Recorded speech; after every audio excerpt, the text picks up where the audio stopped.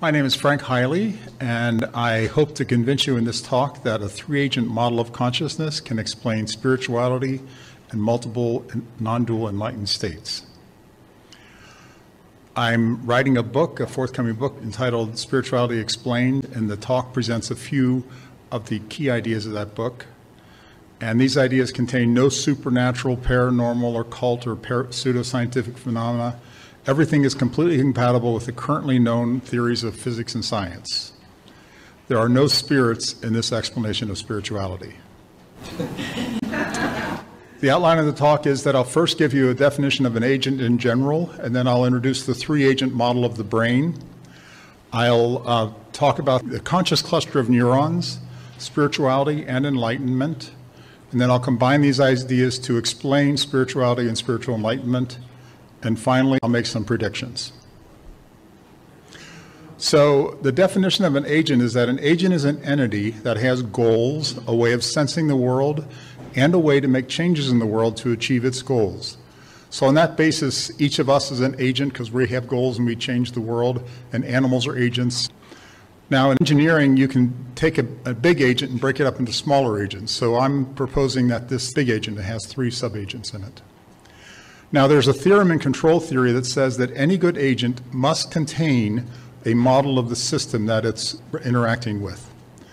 In addition, if the agent itself is part of the system, such as us, our body here is in the world, then that agent must also contain a model of itself, because that's part of the world that it's interacting with, is the agent itself. So from this you can conclude that a conscious agent must contain a model of the world and a model of the agent itself, and I call that a self-model. So the main hypothesis of this talk is that there are 3 different but integrated functional agents in the brain. The first agent is the thinker, which consists of the executive function, which uses language, symbols, concepts, and images to solve problems. So the thinker is the conscious problem solver. The doer controls the body and has emotions, and the doer is the subconscious agent. And finally, the experiencer constructs both the sensory and language model of the world and the body. And the experiencer is the most non-dual trio of these 3 agents. Now, the most compelling evidence for the thinker and doer agent is dual process theory in psychology. Dual process theory was popularized by Daniel Kahneman, a Nobel laureate, in his book called Thinking Fast and Slow. And in dual process theory, there are 2 processes. One is fast and one is slow. The fast subconscious process is the doer. The slow conscious process is the thinker in my model. So I'm renaming the DPT System 1 and System 2 into doer and thinker. So if you consider the human brain and break it up into 3 agents, the thinker and doer would be in the frontal lobes of the brain, and the doer implements the emotions and feelings. The experiencer is the back 3 lobes of the brain, because that's where all the sensory input comes in, to the back 3 lobes of the brain. And the experiencer is the one that's constructing the model of the world. It actually constructs 2 models of the world, the sensory model of the world and the language model of the world.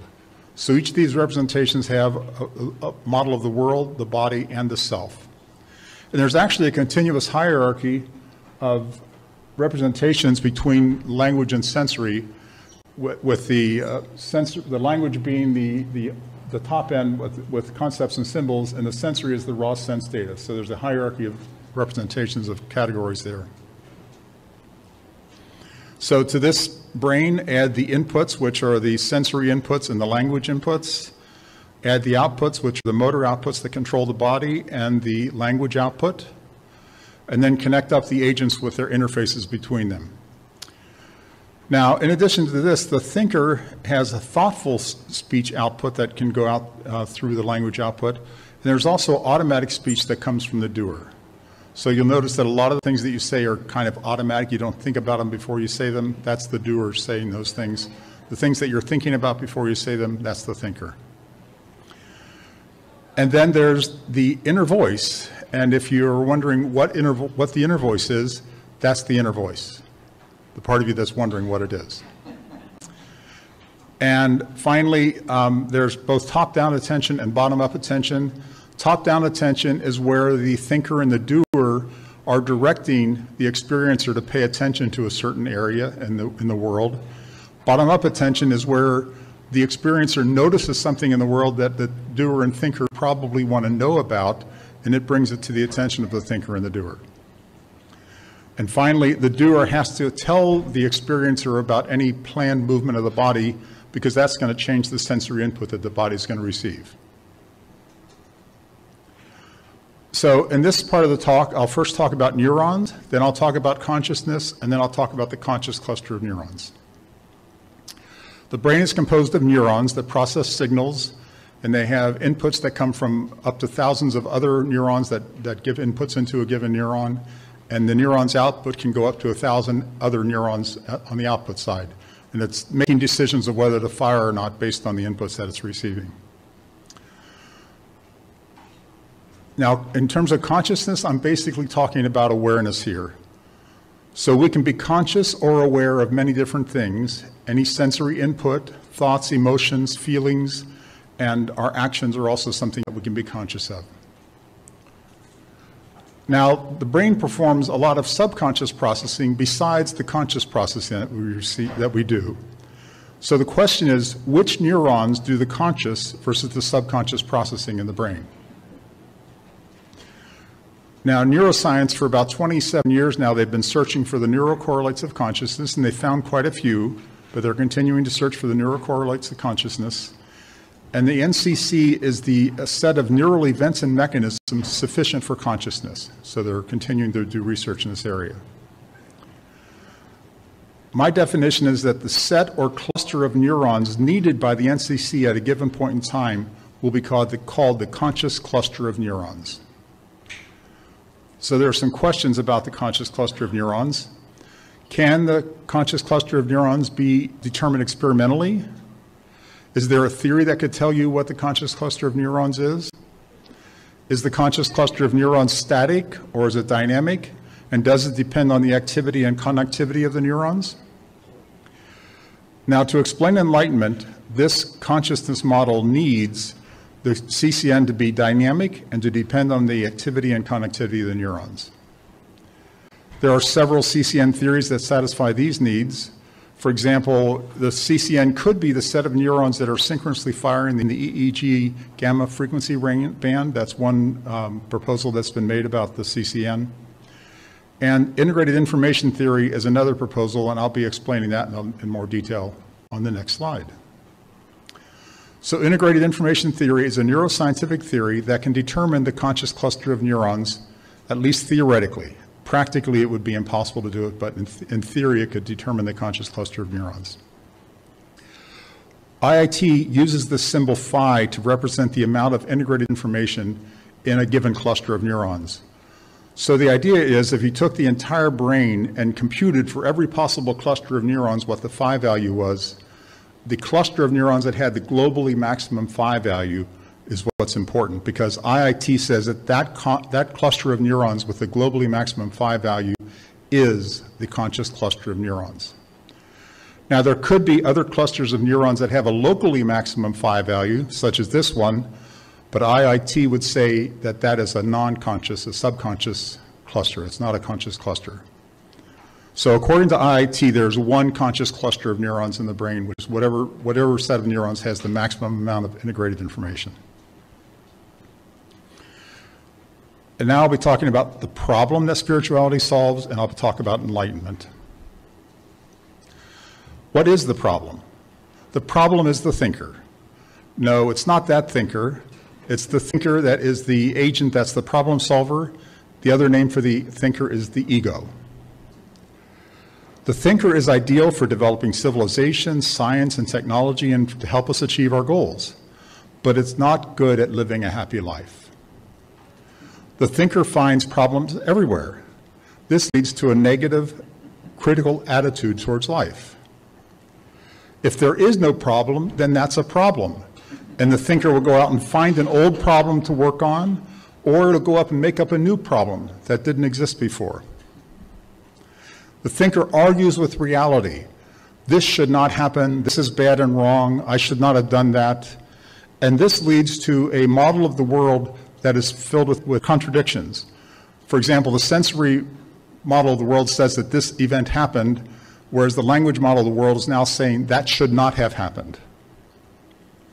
In addition, negative emotions are a problem for the thinker. How do I prevent this from happening again? Positive emotions are also a problem for the thinker. How do I make this happen all the time? That can lead to addiction. Problems in the past are usually called a resentment, and problems in the future usually trigger fears. Thus, the thinker is an emotion amplifier and an emotion echo chamber. Buddhism says that the cause of suffering is attachments and aversions. Now, both the thinker and the doer can have attachments and aversions, but the thinker is the amplifier or an echo chamber for attachments and aversions. It keeps them going on and on. Okay, so what is enlightenment? First of all, enlightenment is not about any sort of perfection, and my reference here is to Daniel Ingram's book, where he goes through 31 different models of enlightenment, and he rejects all the ones that are about perfectionism in any way. However, enlightenment is a different kind of perception of the world, and it requires a fundamental change in the self-model of the human. Non-duality is the key property of enlightenment. There are other properties that I don't have time to talk about here. And non-duality is where the subject-object distinction fades away, and this leads to statements such as the world and I are one.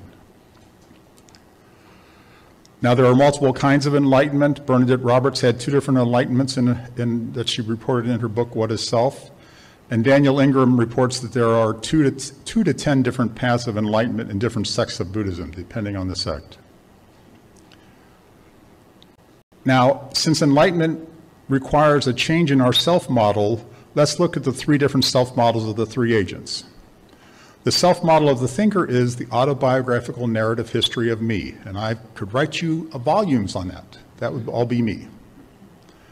The doer is the body, and I don't mean the physical body here, I mean the mental representation of the body that the brain constructs. Sometimes it's called the body schema. And the experiencer, you could say that it has no self-model at all, because remember that the reason that you needed a self-model as an agent is if you're doing things in the world. But the experiencer isn't doing anything in the world. He's just taking data in from the world. He doesn't actually go out and change anything in the world. So it could be said that the experiencer has no self-model. But if you look at what some non-dual teachers say the answer to who am I is, one of the answers that they give is presence awareness. And presence is simply the sense of existence or beingness, and awareness is the perception of the body, the world, thoughts, and feelings. So that would be the other possible self-model of the experiencer. Now, when the CCN contains most of an agent, the self-model of the CCN will match the self-model of the agent. So when the thinker is the conscious agent, has the cluster of conscious neurons in the thinker, we'll think that we are autobiographical story of me. Whereas when the CCN is entirely in the experiencer, there'll be no self-model, or the world and I are one. So I'll combine these ideas and to explain the purpose of spirituality, the kinds of enlightenment, and the key property of non-duality. And as I just kind of said, these are explained by the way that the CCN is distributed among the 3 agents. When the CCN is in the thinker, that's the normal modern human non-enlightened state. When a CCN is not in the thinker at all, it's either in the doer or in the experiencer, those are enlightened states. So first of all, how does spirituality help solve the thinker problem? Well, they can give insight that we are more than just the thinker. Meditation is trying to sink into that experiencer or doer agent instead of being in the thinker agent all the time.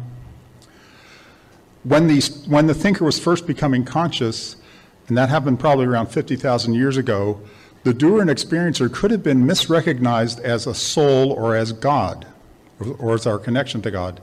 In fact, some say that intuition, which comes from the doer and experiencer, is God's communication to us. So that fits in with this model. Surrender is the thinking giving up his illusion of control. And he only has an illusion of control. He doesn't really have control. He frequently confabulates the reason why the doer did something, as if he was the one that made the decision to do it, but the doer really did it. The thinker uses prayer to ask for help from the doer and the experiencer, and forgiveness and acceptance can mitigate resentments caused by the thinker solving problems in the past, and trusting a higher power can mitigate fears caused by the thinker trying to solve problems in the future. I'm going back to the three-agent model of the brain because I want to now contrast the human model of the brain to an animal model of the brain. So this is the human model. So the big difference is that the animal does not have the complete language model and representation of the world. And it also has a weaker thinker. The frontal lobes in humans have expanded quite a bit compared to our primate ancestors. There's no language input, and there's no thoughtful language output. There can still be automatic language. That's the automatic calls that animals make. But I claim that they don't have language. They really have signaling. They can signal from one to another. Because we use language to represent the world. They don't have language to represent the world. And they probably don't have an inner voice. And since the thinker is so weak here, they didn't have the thinker as the conscious agent. So the conscious cluster of neurons has to be in the doer and the experiencer for animals. So this is the conscious cluster of neurons for animals. Now, when we go back to the human model, DPT said that the doer is subconscious. So that can't be the conscious cluster of neurons anymore. In fact, DPT says that the thinker is the conscious cluster of neurons. The thinker contains the conscious cluster of neurons. So this is the event that happened about 50,000 years ago when we went from animal to our modern human state. So let's say this modern human is doing his meditation practices and any other spiritual practices that he's doing. At some point, we can get to the state where the thinker and the doer have roughly the same phi value. And when this happens, the conscious cluster of neurons could rapidly switch back and forth between them depending on which one got a higher phi value at any given time. And finally, with continued spiritual practices, it could settle down into the doer alone. So this is the first enlightened state where we are no longer thinking that we're the thinker. And then the most fully non-dual state, after you do more and more practices, could end up with the entire conscious cluster of neurons being only in the experiencer. Now, this is the fully non-dual state for several reasons. First of all, it has no agency because the experiencer doesn't do anything. So that's one of the properties of non-duality.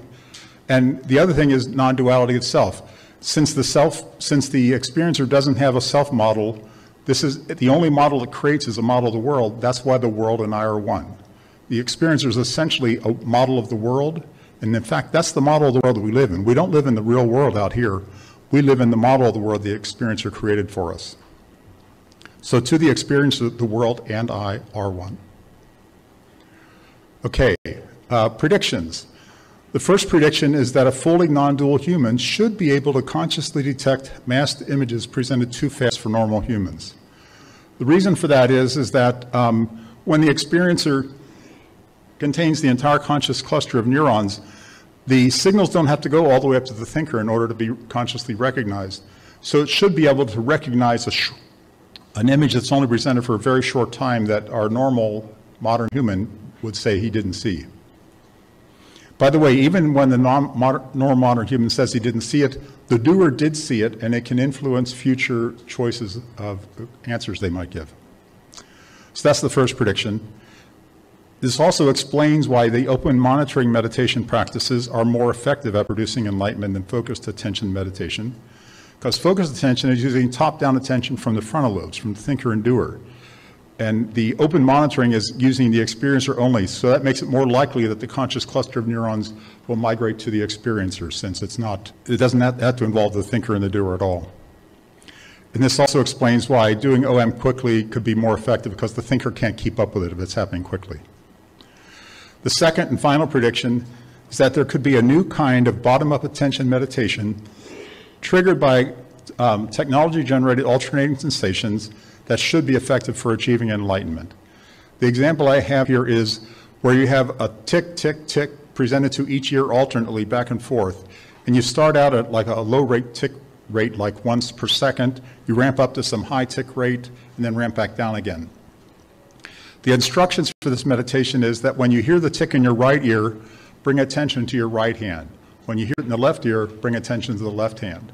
So you're doing a cross-sensory modality between hearing and body, and you're doing very rapid changes in what part of the body you're paying attention to. This is all going to help the experiencer to be more and more effective. This would be the kind of meditation practice that should be more effective. And that's the end. And please send me an email if you have any comments or questions, or I can take feedback right now. And please go to my website and sign up on the website for very, very infrequent emails. I'll only send you an email when there's a significant change to the website, when I've published the book, or if I'm going to have a new event where I'm going to be speaking at. Thanks for your attention.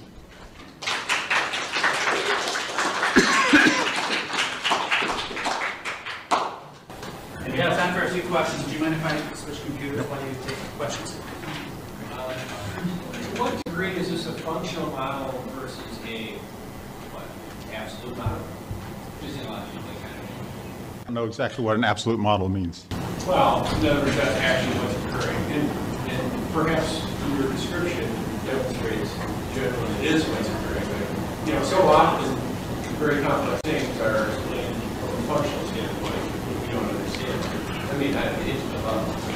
Well, I could agree that we don't understand this at an intimate level. That's what neuroscientists are trying to do all the time. So this is definitely at a functional level here, but I think it explains spirituality at this level. I don't think you have to go down to the individual neuron circuits to explain spirituality. Yes? So, along the same question, these clusters localized like you showed on the slide, or distributed potentially all over again? Well, according to integrated information theory, the neurons have to have a lot of feedback loops in them. So you can't have just a feed-forward circuit. But in fact, the global workspace that I showed in my interface diagram there, that's what Stan DeHaan found was necessary to have consciousness. And it's a network that connects the back of the brain to the front of the brain. So it can definitely be a network that covers a large fraction of the brain. It doesn't have to be localized to one small area.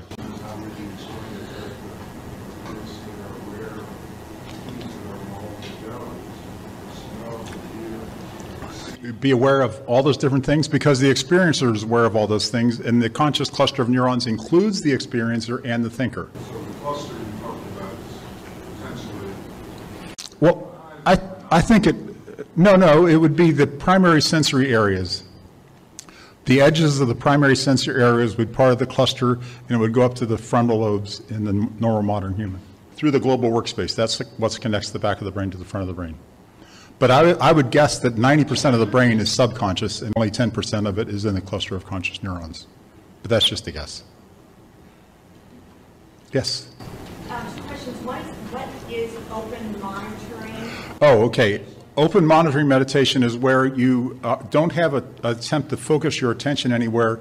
You just pay attention to whatever arises, like, pressure on my foot, the temperature in the room, sound, vision.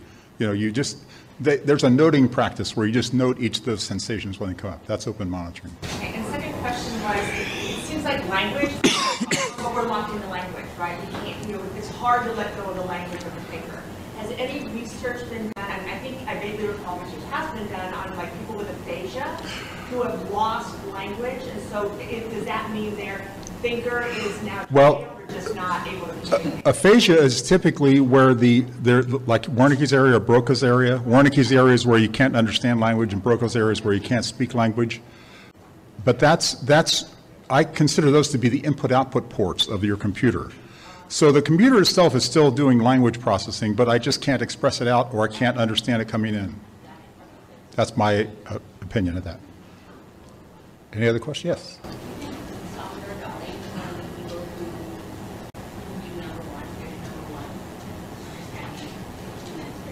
Salvador Dali might be enlightened? Is that what you're asking? Perhaps, yeah. I don't know. I don't know any data on that. Any other questions? Has there, I don't know if this would claim that you study what neurochemicals, the effect of neurochemicals on the brain and enlightenment is done. thinker and the doer to a point where you're just in a pure state? Yes, there is evidence that psychedelics can kind of induce maybe a temporary enlightenment state where perhaps the thinker and the doer get turned down by the psychedelic drugs that you're taking. And you have that experiencer running full bore and giving you all kinds of experiences that you don't normally have. So, that could be an analogy for an enlightened state, but it's unfortunately temporary. But maybe they'll find a drug that'll make it permanent. Yes. I like how you've broken this down in clearly defined terms, and I'm wondering if you've gotten into a little more subtle breakdowns in looking at and defining different stages in the spiritual path, because it's not just a binary thing. It isn't, and I had to cut this down to 20 minutes. If you go onto my website, I will be happy to send you the foils of the complete talk that I would have liked to have given here if I had an hour. And you can see that there can be multiple stages where, for example, for one thing, I think the flow state is kind of like an enlightened state where the thinker and doer temporarily get unified into one conscious cluster.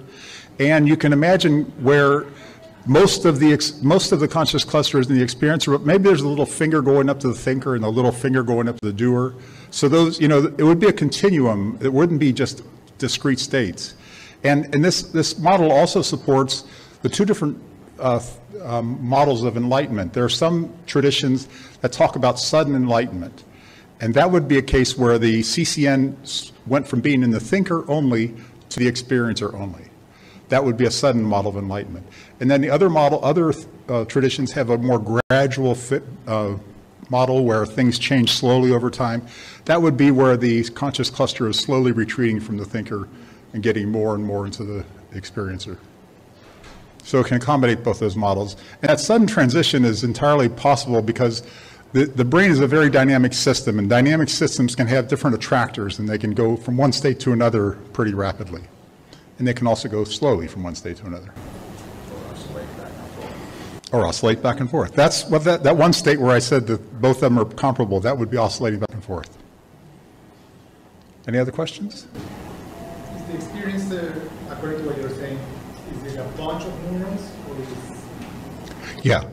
Every one of these... There is no chemistry, there is no neurons, there is no experience. If there's no chemistry? I mean, the neurons are non-functional, or if you lose a part of the brain that involves those neurons. Well, first of all, the evidence that the conscious cluster of neurons is a small fraction of the brain is because you can get quite a bit of brain damage and still be conscious. So whatever parts of your brain got damaged, they weren't part of your conscious cluster of neurons, or you could find a different conscious cluster of neurons if they did get damaged. Now, there are other damages to the brain that do result in a loss of consciousness, and those are ones where the conscious cluster of neurons went from a high phi value down to a very low phi value. So that's when you're essentially unconscious. I think there are certain cases where there are people that almost don't have a brain tissue or is completely opposed, and they are still, even with a very high IQ. Right, and that's entirely possible. It doesn't, the number of neurons, if a normal modern human only has 10% of his neurons in the conscious cluster, maybe those people have 80% of their neurons in the conscious cluster, and that's why they're able to do it. I don't know. I don't have any explanation of near-death experiences. There was a question back there? Yeah, I'm trying to wrap my mind around this because I experience thought as experience. Exactly. So I don't know if then the thinker is a separate agent than the experiencer. What is it that makes me experience thought as experience? Well, in my model, the thinker is the one that's generating the thoughts, but the experiencer is the one that's hearing them. So when you're hearing a thought in your head, it's just as if you were hearing a thought coming in your ear. In fact, schizophrenics get those confused, and they think they are hearing an external thought. But they are both experiences for the experiencer. One comes internally and one comes externally, but it's experiencing the language in either way. So the space of having a conscious thought without having the experience of being part of it is like your Well, the CCM that you have that was as a thinker moving to the experience. I couldn't understand that unless. Well, in the normal modern human, if you remember, the conscious cluster of neurons included a lot of the thinker, but it also included a lot of the experiencer. That's why we have the experience of color and sound and all that stuff, because the conscious cluster of neurons is back in the experiencer, which has those experiences. And at the same time, we think that we're the thinker, and that's why the cluster goes up to the thinker. I mean, the neuroscientific evidence for the thinker being part of the cluster of conscious neurons is that the global workspace that Stan DeHaan discovered in the mid-2000s and was theorized by Bernard Bars many years ago, that was found to be a set of neurons that nodes of neurons that connect the front and the back of the brain. And the frontal lobes is definitely the thinker and the doer. So it's connecting to the thinker and the frontal lobes of the brain is what's the global workspace connects. And according to dual process theory, the thinker is the conscious agent. So that global workspace has to be connecting the thinker to the experiencer. Let's thank the speaker. Thanks.